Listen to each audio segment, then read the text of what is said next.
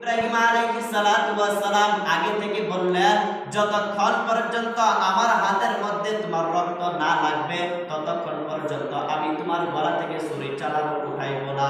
তখন চোখ খুইলা দেখতেছেন যে রক্ত তার হাতের মধ্যে লাগলো এবং কি জান্নাতি একটা দুম্বা আইসা অন্য একটা প্রাণী আইসা তার ছুরির নিচে জবাই হয়ে গেল। আর সেই পাশাপাশি দেখলেন ইসমাইল আলাইহিস সালাতু ওয়াস সালাম সামনে দাঁড়াইয়া রইল।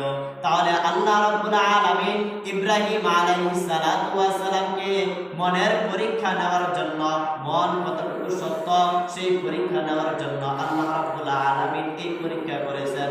অন্যথায় যদি আল্লাহ রাব্বুল আলামিন কুরবানি করার জন্যই মূল টার্গেট থাকতো তার সন্তানকে, তাহলে তো আল্লাহ রাব্বুল আলামিন জান্নাতি দুম্বা ঈসা কুরবানি দিত না, তাহলে তো হযরত ইসমাঈল আলাইহিস সালাতু ওয়াস সালামের কুরবানি হয়ে যেত।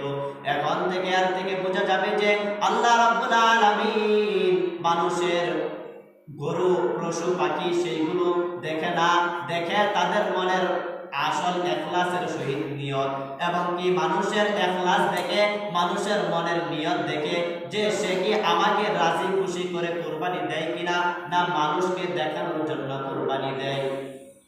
আল্লাহ রাব্বুল আলামিন হযরত ইব্রাহিম আলাইহিস সালাতু ওয়াস সালামের কুরবানিকে আমাদের হাতে দিয়ে দিয়েছেন, যেন আমরা মন থেকে কুরবানি দেই, আমরা যেন ইখলাসের সহিত কুরবানি দেই, আল্লাহকে রাজি খুশি করার জন্য কুরবানি দেই। এর জন্যই আল্লাহ রাব্বুল আলামিন ডাক দিয়ে বলেন, ক্বালা ইয়া বুনাইয়া ইন্নী আরা ফিল মানামি আন্নী আসবাহুকা ফানজুর মাযা তারা। قال يا أبت افعل ما تؤمر ستجدني إن شاء الله من الصابرين। আল্লাহ রাব্বুল আলামিন বলতেছেন যে মানুষ যে কুরবানি দেয়, যেই গরুই দেয়, সেই গরুর রক্ত মাংস আমার কাছে পৌঁছে না, বরং সে কত বড় কুরবানি দিল সেটা আমার কাছে পৌঁছে না।